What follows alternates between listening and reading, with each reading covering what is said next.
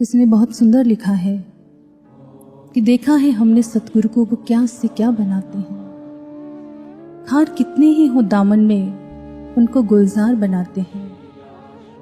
बदल देते हैं सबकी तकदीर, सोया मुकद्दर जगाते हैं।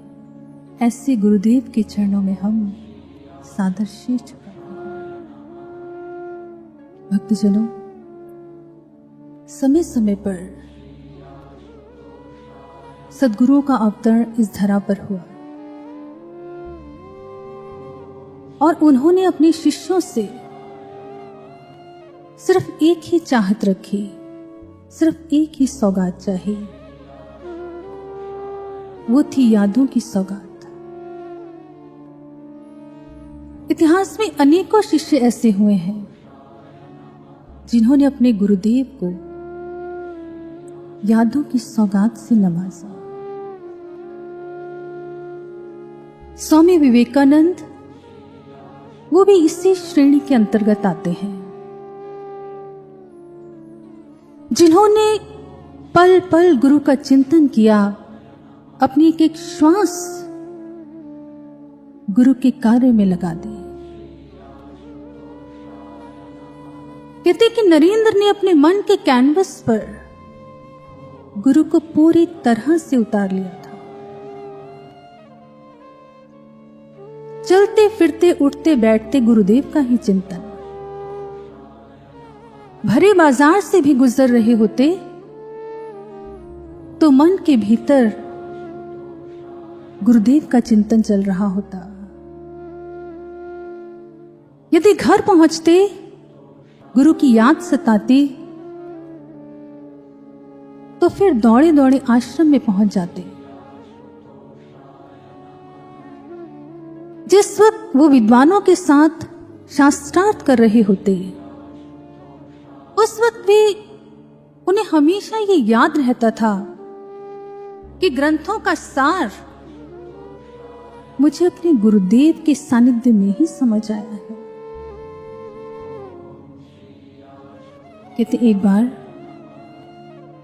उन्हें किसी कॉलेज में पहुंचना था, दो मित्र भी उनके साथ थे। रास्ता लंबा था और पैदल ही उस सफर को तय करना था। दोनों मित्र बहुत बातूनी स्वभाव के थे।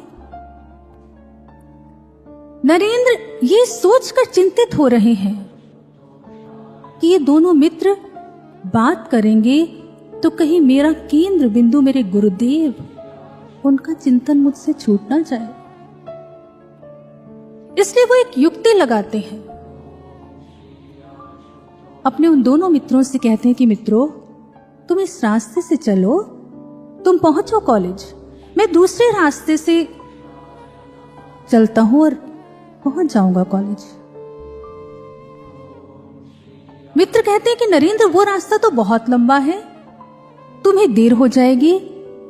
नरेंद्र कहते हैं कि मेरा उस रास्ते से जाना बहुत जरूरी है, वहां मेरा कोई इंतजार कर रहा है, तुम चिंता मत करो, मैं पहुंच जाऊंगा। नरेंद्र तीव्र गति से उस रास्ते पर अपने कदमों को बढ़ा लेते हैं।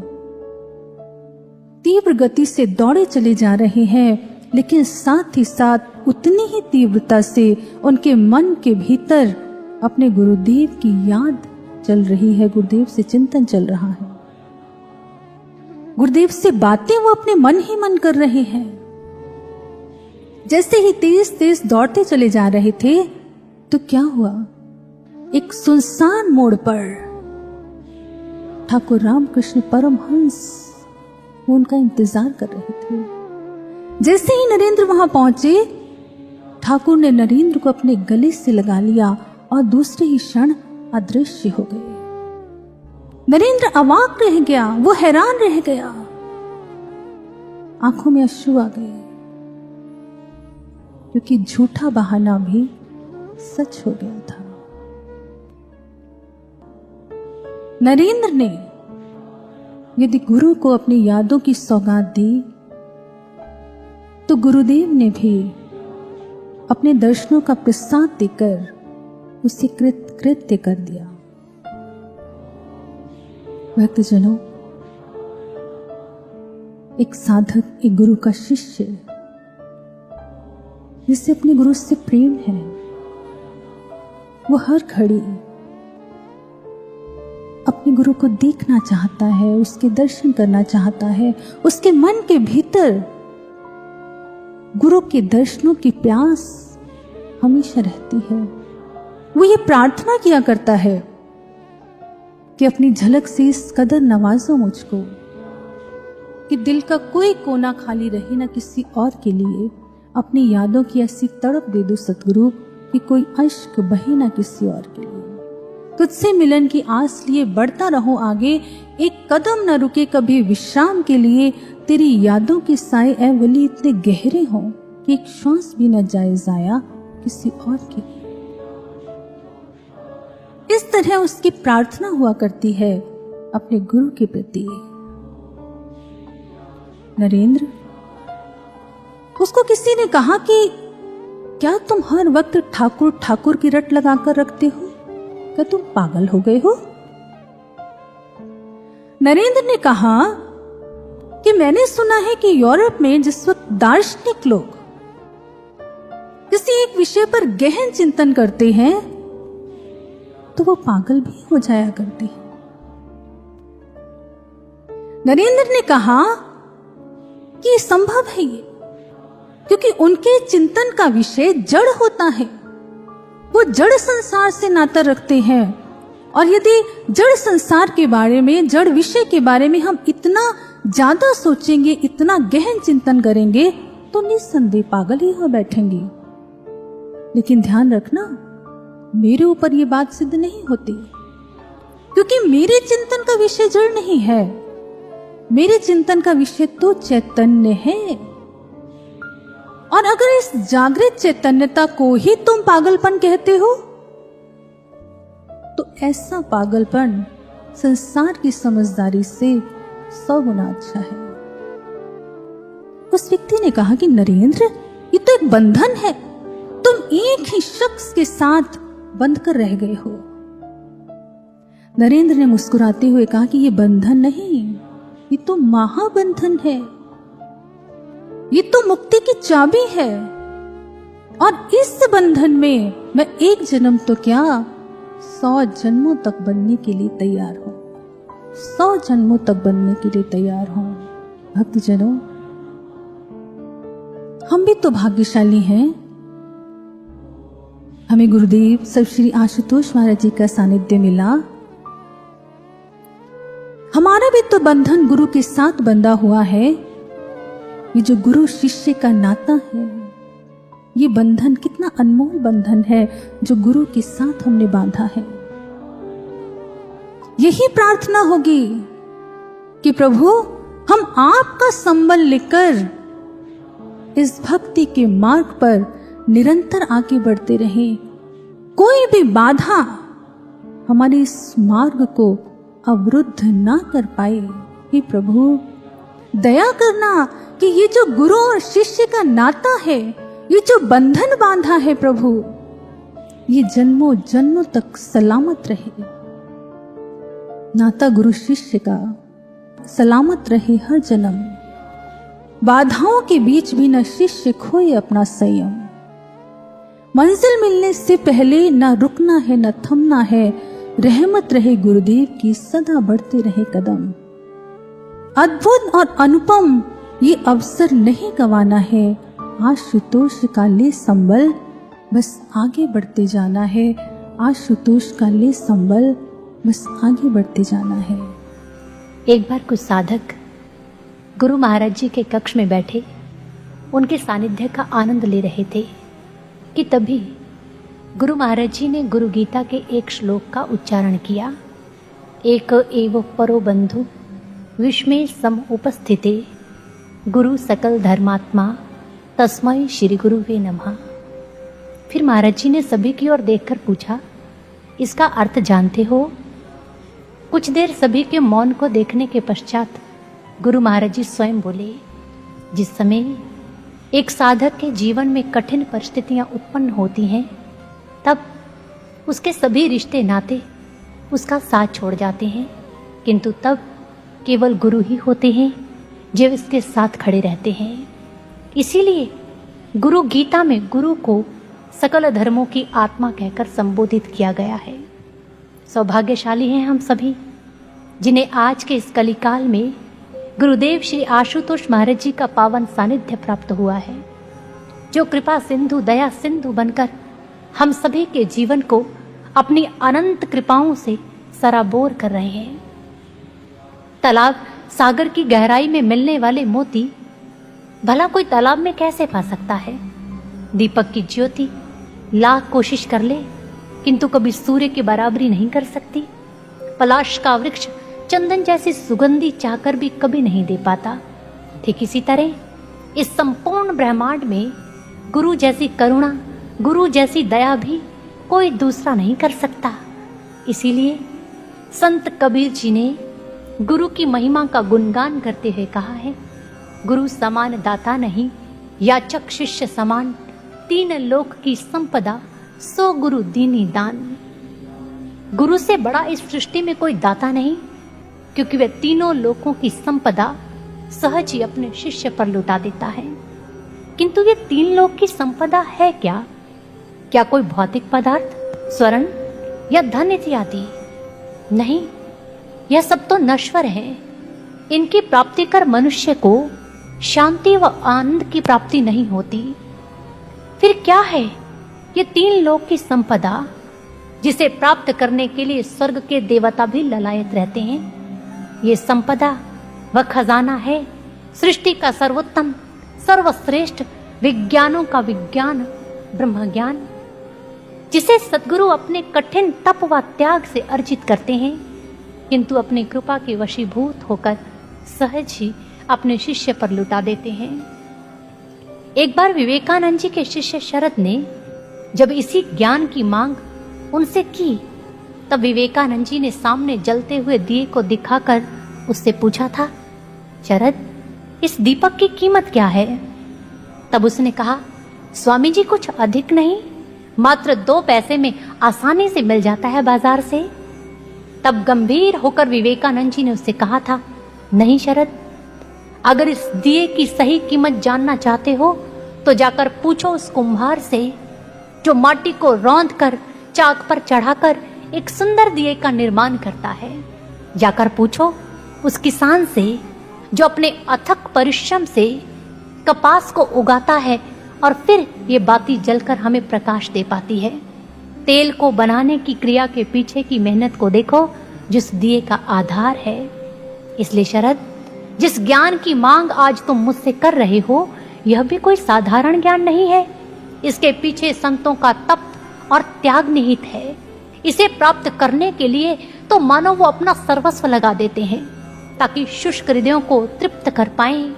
सद्गुरु तो एक सनातन अमृत तरंग की तरह होते हैं, जो हर युग में रूखे सूखे हृदयों को इसी ब्रह्म ज्ञान से सींचने के लिए आते हैं।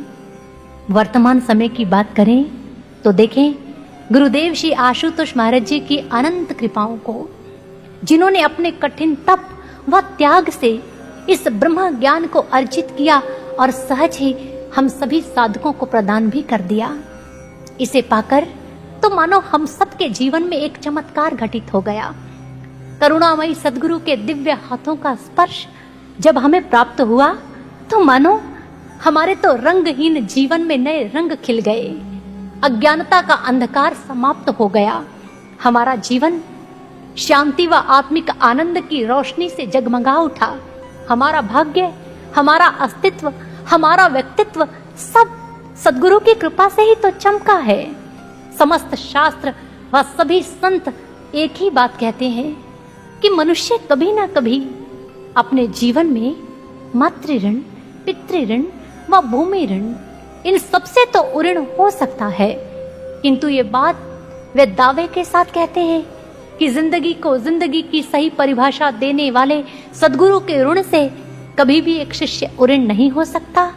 यही कारण है कि शिष्य को अपने गुरु के सामने हर रिश्ता मानो फीका सा लगता है और उसका हृदय कहा उठता है, सद्गुरु मिले तो सब मिले, न तो मिला न कोई, मात पिता सुत बांधव ये तो घर घर होए। सभी रिश्ते नाते मिलकर भी गुरु की बराबरी कहाँ कर पाते हैं, जबकि गुरु हर समय, हर परिस्थिति में अपनी हर भूमिका को बखूबी निभा देते हैं। इसीलिए महर्षि रमण जी ने सद्गुरु की तुलना एक रेलगाड़ी से करते हुए कहा, वे कहते हैं कि जिस प्रकार रेलगाड़ी एक व्यक्ति के साथ साथ उसके सामान का भार भी सहज ही उठा लेती है, ठीक इसी तरह जो शिष्य अपने गुरु के चरणों में पूर्णतः समर्पित होते हैं, अपना पूर्ण समर्पण उनके चरणों में कर देते हैं, तो वे उनके कर्मों का, उनके संस्कारों का बोझा भी उसके साथ साथ सहज ही उठा लेते हैं।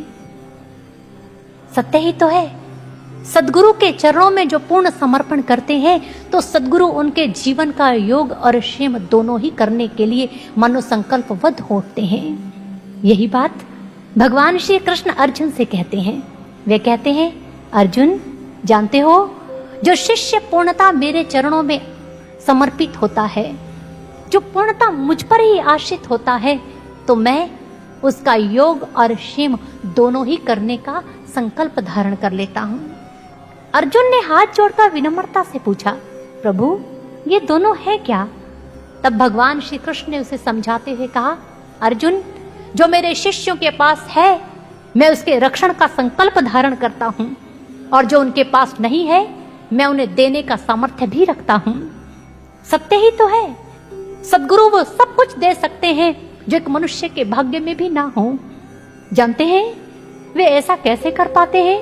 क्योंकि वो साकार ब्रह्म स्वरूप है, साक्षात पर ब्रह्म परमेश्वर है, जो अपनी विराटता को मानवीय चोले में समेटकर हम पर कृपा के बादल बरसाने के लिए आते हैं और हर कठिनाई को हम तक पहुंचने से पहले उसे दूर करने में लगे रहते हैं। ऐसा ही गुरु महाराज जी की कृपा का एक प्रत्यक्ष उदाहरण मुझे स्मरण हो रहा है और उसे मैं आपके साथ भी अवश्य साझा करना चाहूंगी। बात उस समय की है जिस समय गुरु महाराज जी नूरमहल के छोटे आश्रम में रहते थे। एक दिन महाराज जी रात्रि के समय उठे और एक गुरु भाई को अपने पास बुलाया और गुरु महाराज जी ने कहा, जाओ पास के गांव से उस फला व्यक्ति को बुला कर लाओ। उन गुरु भैया ने घड़ी की ओर देखा और फिर विनम्रता से महाराज जी से पूछा, गुरु महाराज जी क्या अभी जाना होगा? महाराज जी ने कहा, हाँ अभी इसी क्षण जाना होगा। वे गुरु भाई महाराज जी की आज्ञा का अनुपालन करते हुए उसी क्षण चल पड़े उस गांव की ओर। और जैसे ही वे उस गांव में पहुंचे, वहां जाकर उस भाई के द्वार को खटखटाया और सामने से जैसे उसने द्वार खोला, इतनी रात्रि को उस गुरु भाई को अपने सामने देखकर हैरानी से पूछा, भैया आप इस समय यहाँ कैसे आना हुआ? तब उन्होंने गुरु महाराज जी की आज्ञा के विषय में बताते हुए कहा, महाराज जी की आज्ञा है कि आपको इसी क्षण अपने साथ नूरमहल लेकर आऊं। उन्होंने जैसे ही महाराज जी की आज्ञा की बात सुनी, बिना कोई अगला प्रश्न किए उसी समय उनके साथ चल पड़े और दोनों को नूरमहल पहुंचते पहुंचते लगभग सुबह हो चुकी थी। और जैसे ही वे आश्रम में पहुंचे तो देखा कि गुरु महाराज जी आंगन में ही सैर कर रहे थे। दोनों ने आकर गुरु महाराज जी के चरणों में प्रणाम किया और जो नूरमहल से भैया उन्हें लेने के लिए गए थे, उन्होंने महाराज जी से कहा, महाराज जी आपकी आज्ञा के अनुसार मैं इन्हें अपने साथ ले आया हूँ। महाराज जी ने मुस्कुराते हुए दोनों को देखा और अपने हाथ आशीर्वाद की मुद्रा में उठाते हुए कहा, अब सब ठीक है, तुम दोनों जा सकते हो। दोनों महाराज जी के वाक्य के पीछे के रहस्य को तो नहीं समझ पाए, किंतु आज महाराज जी की आज्ञा का पालन करते हुए जाकर अपने अपने कार्य में संलग्न हो गए। कुछ ही समय के पश्चात वो गुरु भाई भी अपने गांव की ओर लौट गए। किंतु जानते हैं, जैसे ही वे अपने घर पहुंचे और जाकर देखा कि जिस कमरे में वो रात को सो रहे थे, उनके जाने के पश्चात उस कमरे की छत गिर चुकी थी। यह देखकर मनो भावुक हो उठा और उन्हें समझते देर न लगी कि हो ना हो महाराज जी ने मेरी मृत्यु की आहट सुनकर ही मुझे अपने पास बुला लिया था, ताकि ये मृत्यु मुझे अपना ग्रास ना बना पाए। हृदय भावुक हो उठा और दौड़कर दूसरे कक्ष में लगे महाराज जी के स्वरूप से जाकर लिपट गए। फूट फूट कर रोने लगे। आज मुख से कोई शब्द नहीं निकल रहे, किंतु हृदय बार बार धन्यवाद कर रहा है अपने जीवन दाता का। और आज हृदय गुरु कृपा को पाकर मानो यही कह रहा है, महास्रोत व करुणा का क्या हिसाब लगाओगे? अनंत बहती गुरु की कृपा कभी गिन नहीं तुम पाओगे। ममता समता रख हृदय में, प्रेम लुटाया भर भर के, पाप पुण्य की गठड़ी न खोली, जो आया उनके दर पे। करुणा के तराजू में रखकर कर्म सबके तोल दिए, दया दृष्टि डाली जब भी, कृपा के बांध खोल दिए। तुम गागर और वो सागर, नहीं और छोर मिन पाओगे, अनंत बहती गुरु की कृपा कभी गिन नहीं तुम पाओगे, अनंत बहती गुरु की कृपा कभी गिन नहीं तुम पाओगे। सच में सदगुरु की ऐसी अनंत कृपा को अपने जीवन में पाकर एक शिष्य का हृदय आह्लादित होता है और वे अपना सब कुछ गुरु चरणों में निछावर कर देना चाहता है। ऐसे ही भावों को एक बार एक साधक ने गुरु महाराज जी के चरणों में रखते हुए कहा, महाराज जी, जब से आप हमारे जीवन में आए हैं तो हमारा तो सौभाग्य जग गया, हमारा जीवन धन्य हो गया आपको पाकर। जानते हैं, आपके आने से हमारे जीवन में बहुत कुछ घटित हुआ, बहुत चमत्कार घटित हुए।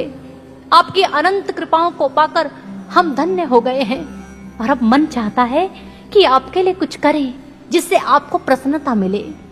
तब गुरु महाराज जी ने कहा, सच में अगर मेरे लिए कुछ करने की अभिलाषा रखते हो, अगर मुझे प्रसन्न देखना चाहते हो, तब तुम्हें एक कार्य करना पड़ेगा। उन्होंने झट से पूछा, महाराज जी शीघ्र बताइए, मुझे क्या करना होगा? मैं वे सब करूंगा जो आप मुझे करने के लिए कहेंगे।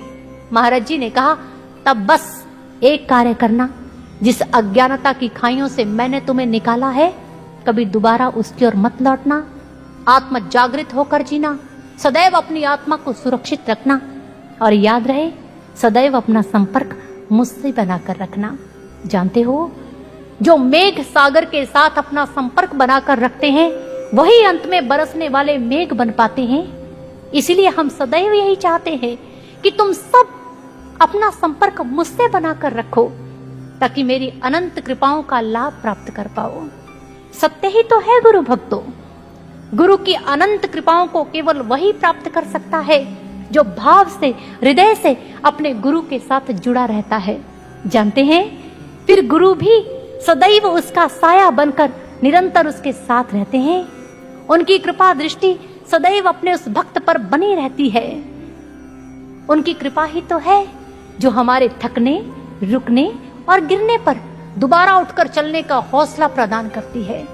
उनका साथ ही तो है जो हम संस्कारों का बोझ और विकारों की अपूर्णता लेकर भी इस भक्ति मार्ग पर चल पाते हैं। जानते हैं क्यों? क्योंकि गुरु को बहुत सारी उम्मीदें होती हैं अपने उन शिष्यों से जिन्हें वे अपना शिष्य स्वीकार कर लेते हैं। उन्हें तो मानो बिंदु में सिंधु दिखाई देता है और उसे अपनी कारीगरी का श्रेष्ठ नमूना बनाने के लिए तो उनकी आंखें मानो नींद से रूठ ही जाती हैं। वे भी तब जब वे जानते हैं कि इनमें बहुत सारे तो उनके प्रेम को न समझने के कारण उसे ठुकरा ही देंगे। ठीक ऐसे ही चैतन्य महाप्रभु ने भी अपने शिष्य गोविंद दास को बड़ी उम्मीदों के साथ अपनाया था, ताकि वे उसे भक्ति के शिखर तक पहुंचा पाएं। जैसे धरती एक क्षुद्र कण को अपनाती है ताकि उसे विशाल पर्वत बना पाए, किंतु यदि वे कण अन्य धूल कणों के साथ मिलकर आकाश को छूने की चाह रखे तो अंत में कीचड़ का रूप धारण कर लेता है। और आज गोविंद दास को भी अपने गुरु की स्नेहिल गोद को छोड़कर माया अधिक लुभावनी लगने लगी थी। तभी उस पर एक शिकारी की दृष्टि पड़ गई, जिसका नाम था मल्लार स्वामी, जो साधु के वेश में एक कपटी मुनि था और अधिक से अधिक चेले बनाना उसका लक्ष्य है। इसलिए जैसे ही उसने देखा कि गोविंद दास अपने भक्ति मार्ग से भटक रहा है, तभी उसने अपना दाना उसे डालना आरंभ कर दिया। कई प्रलोभन भी दे डाले, जिन्हें पाकर गोविंद दास को वो अपना सबसे बड़ा हितैषी लगने लगा। और आज गोविंद दास को जैसे ही देखा कि वो अपने पथ से भटक रहा है, तब उसने अपना प्रस्ताव रखते हुए कहा, गोविंद दास, यदि तुम चाहो सभी भोगों को भोगते हुए भक्ति करना, तो मैं तुम्हें वो अवसर भी प्रदान कर सकता हूँ। उसके इन शब्दों को सुनकर गोविंद दास को लगा कि मानो जीवन का यही एक स्वर्णिम अवसर शेष बचा है।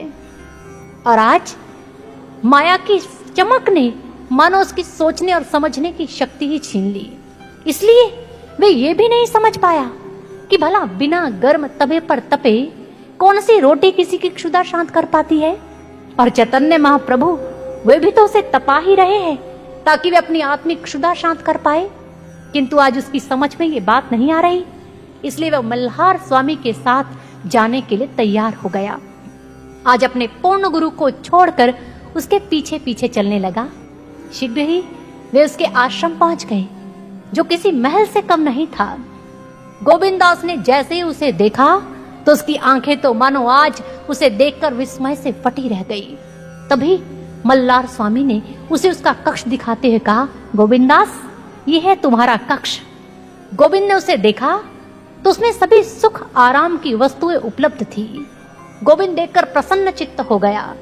भोजन कर जैसे अपने विश्राम के लिए मखमली गद्दों की ओर बढ़ने लगा, तभी आकर एक सेवक ने संदेश दिया, गोविंददास, आपको मल्हार स्वामी अपने कक्ष में याद कर रहे हैं। गोविंद वहां पहुंचा तो मल्हार स्वामी ने पूछा, गोविंद, किसी चीज की कोई कमी तो नहीं? यदि लगे तो मुझे बोल देना।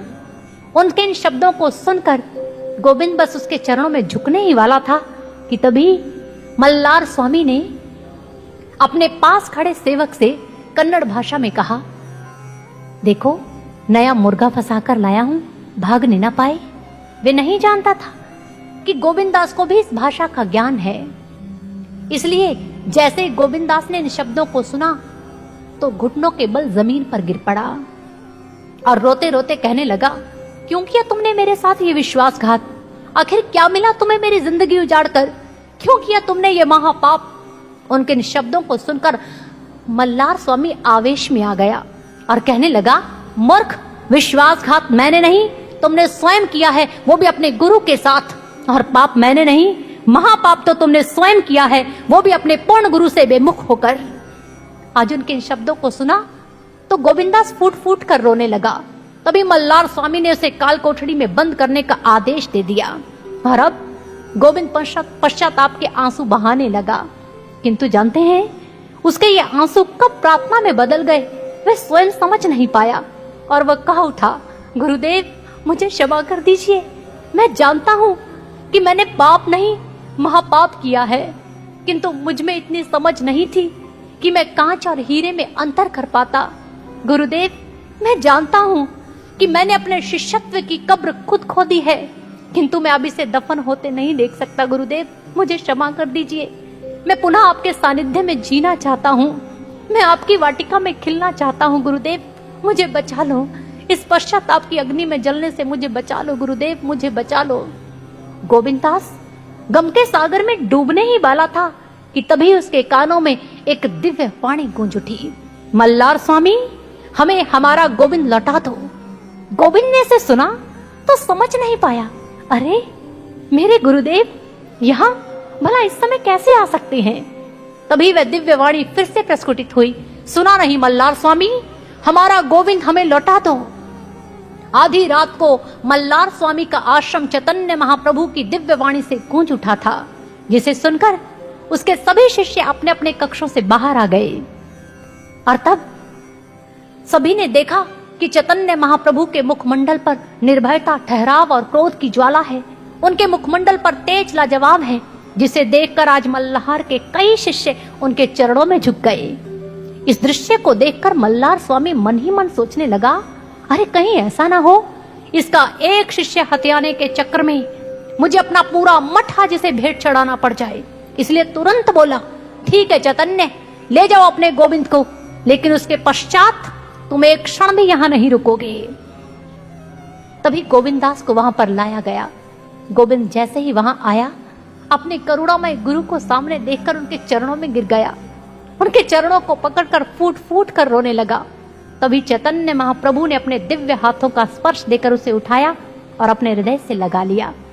और आज गोविंददास को अपना माली मिल चुका था और चैतन्य महाप्रभु को अपना नन्हा पौधा, जिसे विशाल वृक्ष बनाने की चाह उनमें अब भी थी। तभी कौन रुकता और क्यों रुकता? आज चैतन्य महाप्रभु ने अपने शिष्य का हाथ थामा और उसे लेकर अपने आश्रम की ओर बढ़ गए। भक्तों, यह होती है सद्गुरु की कृपा, जिसका कोई मापदंड नहीं। यूं तो कृपा शब्द को हमने बहुत बार सुना होगा, किंतु कृपा शब्द के अर्थ की बात करें तो सीधा सा अर्थ हमारी समझ में आता है, कर्म के पश्चात फल की प्राप्ति। किंतु सद्गुरु केवल कृपा सिंधु ही तो नहीं होते, वे तो दया सिंधु भी कहलाते हैं, जिनकी एक दृष्टि मात्र से बिंदु सिंधु हो जाता है, धूल चंदन हो जाती है। उनकी एक दृष्टि जिस शिष्य के भाग्य पर पड़ जाए तो मानो उसे बदल कर रख देती है, उसे निखार कर रख देती है, उसे चमका कर रख देती है। तभी तो एक शिष्य कहता है, सद्गुरु की दृष्टि की महानता तुम क्या जानो। वो तो एक शिष्य समझ सकता है जिसके जीवन में वो दृष्टि पड़ती है, वो एक नजर पड़ती है तो वो अपने शिष्य का भाग्य बदल कर रख देती है। तभी तो भक्त हृदय कह उठता है, एक नजर गुरु की काटे है, कितने बंधन कोई क्या जाने, कब धूल पे पड़ के कर डाले उसको चंदन कोई क्या जाने। छोड़ो ये कर्मों की गतियां, ये लेखा जोखा रहने दो, आंखों ही आंखों में हो जाते कितने पावन कोई क्या जाने। एक नजर गुरु की काटे है, कितने बंधन कोई क्या जाने। एक झलक जरा सी देकर जो जन्मों की पीड़ा हर लेते, कट जाते कष्ट अनेकों ही कर उनके दर्शन कोई क्या जाने। एक नजर गुरु की काटे है, कितने बंधन कोई क्या जाने। एक नजर गुरु की काटे है, कितने बंधन कोई क्या जाने। सत्य ही तो है, सद्गुरु की ऐसी अनंत कृपाओं को पाकर एक भक्त का हृदय आह्लादित होता है। कितनी ही बार गुरु आशुतोष महाराज जी की कृपाओं को पाकर हमने भी देखा है, हमारा हृदय आह्लादित हुआ है। आज भी जब उनका स्मरण करते हैं तो हृदय मानो भावपूर्ण भावों में भीग जाता है। इसलिए सद्गुरु ने कितनी ही बार अपनी दया से अपने शिष्यों को उबारा, माया के विकारों के मझधार में फंसे लोगों को भक्ति का किनारा दिखाया। कितनी ही बार अपनी दया दृष्टि से शिष्य के भाग्य की टेढ़ी रेखाओं को भी उन्होंने सीधा कर दिया। आज तक इतिहास के पन्नों में पढ़ते थे कि गुरु की कृपा से गूंगे के कंठ से स्वर फूट पड़ते हैं, पंगु पर्वत चढ़ जाता है। किंतु क्या आप जानते हैं कि असंभव कार्य संभव कैसे होता है? क्योंकि गुरु कोई साधारण व्यक्तित्व नहीं होते, वे तो निरंतर प्रवाहित होता आशीषों का अखंड प्रवाह है, जिनकी सतत प्रेरणाओं से, उनके संकल्पों से हम सभी का संपूर्ण जीवन प्रवाहित होता है। इसलिए संपूर्ण सृष्टि में गुरु का स्थान महान होता है। जैसे बरगद अपनी विशालता व गुणों के कारण सभी पेड़ों में विशेष माना जाता है, और चंद्रमा अरबों तारों की भीड़ में भी अपनी शीतल चांदनी के कारण विशिष्ट स्थान रखता है। ऐसे ही सद्गुरु भी अपनी दिव्यता के कारण, अपने दैवी गुणों के कारण समस्त जनमानस के मुकुटमणि कहलाते हैं। किंतु उनकी इस विशेषता को केवल वही समझ सकता है जो उनकी दिव्यता से परिचित होता है। वो तो साधारण जीव को भी विशेष बना देते हैं, वो तो अयोग्य को भी योग्य बनाने की कला में निपुण होते हैं। एक बार एक जिज्ञासु ने गुरुदेव श्री आशुतोष महाराज जी से पूछा, गुरुदेव आपके कई शिष्य और शिष्याएं तो टीवी चैनल्स पर दिखाई देते हैं, किंतु क्या कारण है कि आप स्वयं कभी किसी टीवी चैनल्स पर दिखाई नहीं देते? तो जानते हैं प्रत्युत्तर में गुरु महाराज जी ने उनसे क्या कहा? महाराज जी ने कहा, आपने क्या वो श्लोक नहीं सुना? गुरु और पारस में बड़ो अंतरो जान, वो लोहा कंचन करे, गुरु कर ले आप समान। पारस जिस समय लोहे के एक टुकड़े को स्पर्श करता है तो वे उसे कंचन बना देता है, भाव सोना बना देता है, किंतु वे कभी भी उसे अपना निज रूप प्रदान नहीं करता, भाव उसे पारस नहीं बनाता। किंतु सद्गुरु जिस समय एक शिष्य को अपनाते हैं तो उसे केवल चंद सद्गुणों से संपन्न नहीं करते, अपितु उसे अपना निज रूप प्रदान कर देते हैं। हम सभी जानते हैं गुरु महाराज जी ने भले ही हम सभी को अपने शिष्य रूप में स्वीकार किया, किंतु कई बार गुरु महाराज जी ने हमें अपने संतान कहकर पुकारा है। कई बार हमें हमारे अपने आत्मीय परिजन कहकर पुकारा है, जो उन्हें उनकी आत्मा से भी अधिक प्रिय है। सच कहें तो गुरु महाराज जी ने हमारे जीवन को जब से अपने हाथों में संभाला है तो इसे निखार दिया है। जिसमें कोई योग्यता नहीं थी, उस जीवन में मानो कितनी ही योग्यताएं भर दी हैं। हमारे जीवन को अपनी कृपा का जीता जागता नमूना बना दिया है उन्होंने। तभी तो एक शिष्य भावपूर्ण ढंग से उन्हें कहता है, मैं थी मुरझाई कली तूने फूल बना दिया, बेसहारा को सहारा दे तूने अपना लिया, हाथ में लेकर तराशा मुझे इस कदर कि कृपा क्या होती है ये जमाने को बता दिया, कृपा क्या होती है ये जमाने को बता दिया। सद्गुरु तुम्हारी कृपा क्या है ये हमारे जीवन में दृष्टिगोचर होती है। जिनमें कोई योग्यता नहीं थी, जिनके जीवन में कोई कला नहीं थी, आज आपके दिव्य हाथों ने जब उन्हें तराशा तो समाज के सामने अपनी कृपा का जीता जागता नमूना बनाकर रख दिया। हमारा जीवन एक अनगढ़ पत्थर ही तो था, लेकिन इस अनगढ़ पत्थर को जब गुरुदेव ने अपने हाथों में लेकर तराशा तो इसे सुंदर प्रतिमा बना दिया। ये उनकी दया नहीं, ये उनकी करुणा नहीं तो और क्या है। उनकी करुणा के वशीभूत होकर जो असंख्य एहसान उन्होंने हमारे जीवन में किए हैं, हम उन्हें अंगुलियों पर गिनना चाहें तो कभी गिन नहीं पाएंगे। इसलिए एक भक्त उन एहसानों को अपने जीवन में प्राप्त कर, उस कृपा को अपने जीवन में प्राप्त कर, भावपूर्ण ढंग से अपने भावों को रखते हुए क्या कहता है, आए हम इस भजन के माध्यम से श्रवण करते हैं।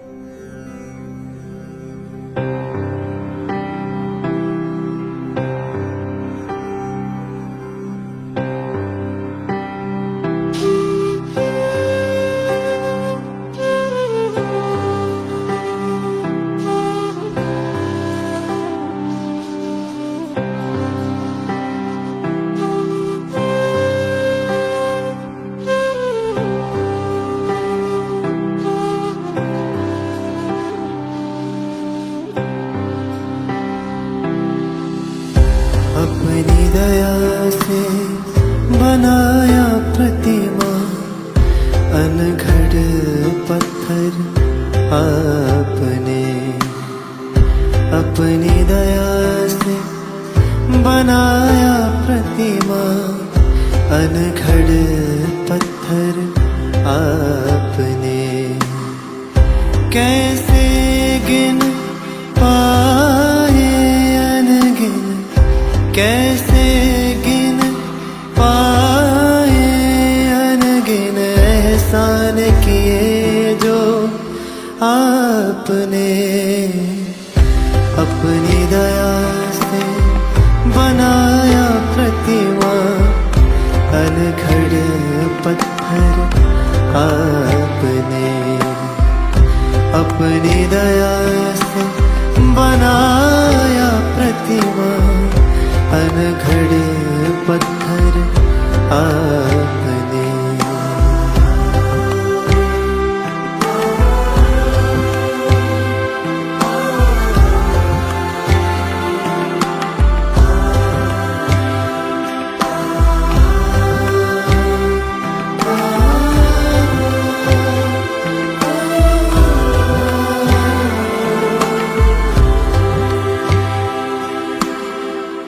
आपकी कृपा ने हम पर सब ही न्योछावर किया, बस दिया सब दिया, बदले में कुछ ना लिया।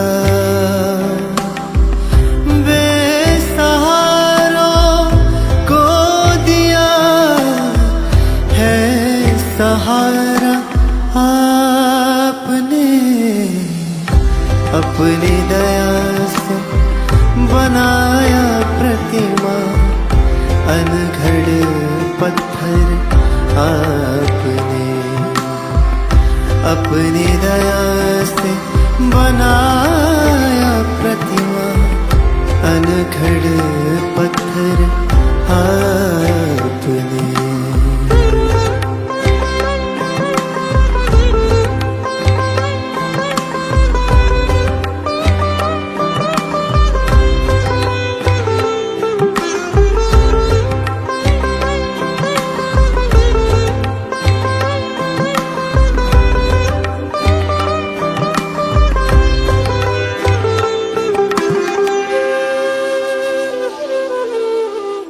चरणों से हमको लगाया, हर खता भी माफ की।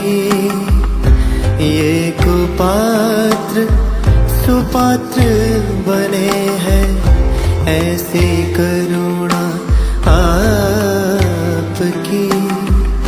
शब्द नहीं है जो किए उपकार गुरुवर आपने।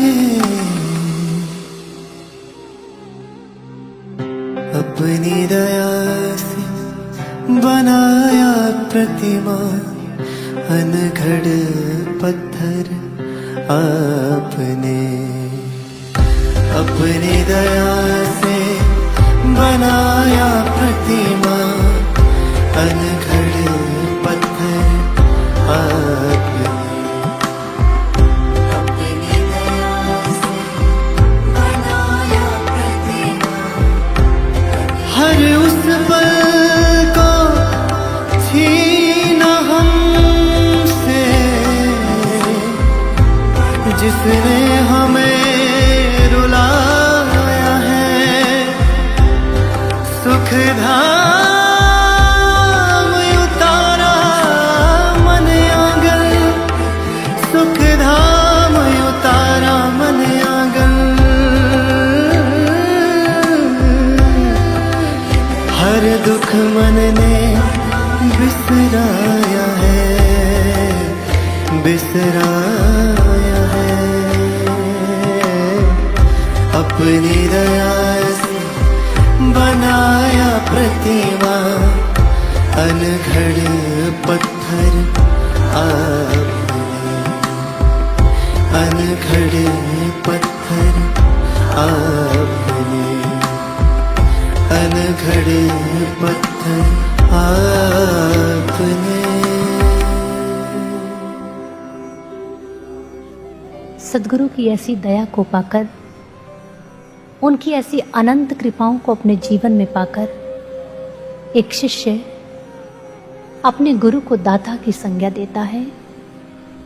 वे कह उठता है कि सदगुरु तो मानो सम्राटों के सम्राट हैं, एक भौतिक जगत का सम्राट है।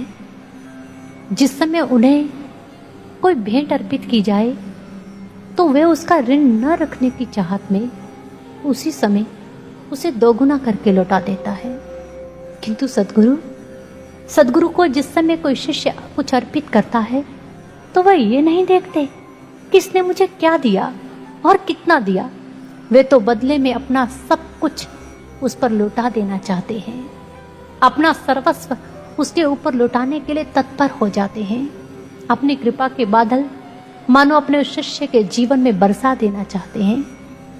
एक बार गुरु महाराज जी ने स्वयं कृपा के संबंध में बताते हुए कहा, गुरु तो कृपा करने के लिए बाध्य होता है, अपनी देने की आदत से मजबूर, क्योंकि बहुत कुछ है उसके पास और देने की तीव्र इच्छा भी, किंतु यदि उसे देने न दिया जाए तो बड़ी मुश्किल होगी। जैसे पाँव में घुंघरू बंधे हों और नाचने न दिया जाए, हृदय में गीत मचल रहे हों किंतु उसे गाने न दिया जाए, ठीक ऐसे ही हम भी बड़े असहज हो जाते हैं जब दे नहीं पाते। फिर कुछ पल रुककर महाराज जी ने आगे कहा, किंतु जो शिष्य गुरु के लिए मिटने के लिए तैयार रहता है, अपना पूर्ण समर्पण, अपनी श्रद्धा गुरु के चरणों में अर्पित कर देता है, फिर गुरु उसकी भावना को देखते हुए, उसकी उपलब्धता को देखते हुए अपना सब कुछ उस पर लौटाने के लिए तत्पर हो जाते हैं, अपनी कृपा के बादल उस पर बरसाने के लिए तत्पर हो जाते हैं। किंतु जो साधक अपने भाव रूपी पात्र को लेकर उपलब्ध नहीं होता तो वे कभी गुरु कृपा को प्राप्त नहीं कर पाता, वह सदैव गुरु कृपा से वंचित रह जाता है। किंतु हम देखें कि ऐसी ही भूल कहीं हम सब भी तो नहीं कर रहे, क्योंकि अक्सर हम देखते हैं कुछ साधक गुरु के प्रति एक शिकायत रखते हैं, गुरु की कृपा फलां व्यक्ति पर इतनी बरस रही है और हम पर तो नहीं। एक बार ऐसा ही प्रश्न एक बार किसी साधक ने गुरु महाराज जी से किया। उन्होंने कहा, गुरु महाराज जी, सुना है गुरु की कृपा सभी पर समान रूप से बरसती है, क्या ये सत्य है? तब महाराज जी ने कहा, बिल्कुल सत्य है, किंतु उस वर्षा को आधार या पात्र कैसा मिला इस पर भी बहुत कुछ निर्भर करता है। जैसे स्वाति नक्षत्र की बूंद जब भूमि पर गिरती है तो धूल में मिल जाती है, वही बूंद जब केले के पत्ते का स्पर्श प्राप्त करती है तो कपूर हो जाती है, किंतु वही बूंद जब सांप के मुख में समा जाती है तो विष का रूप धारण कर लेती है, वही बूंद जब सीप के मुख में समा जाए तो सुंदर मोती रूप भी हो जाती है।